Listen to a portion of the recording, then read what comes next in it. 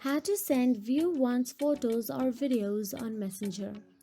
Facebook Messenger's latest update introduced a view once feature allowing users to send photos and videos that disappear after being viewed once.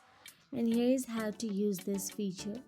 First of all, open the Messenger app on your smartphone and select a conversation or start a new one.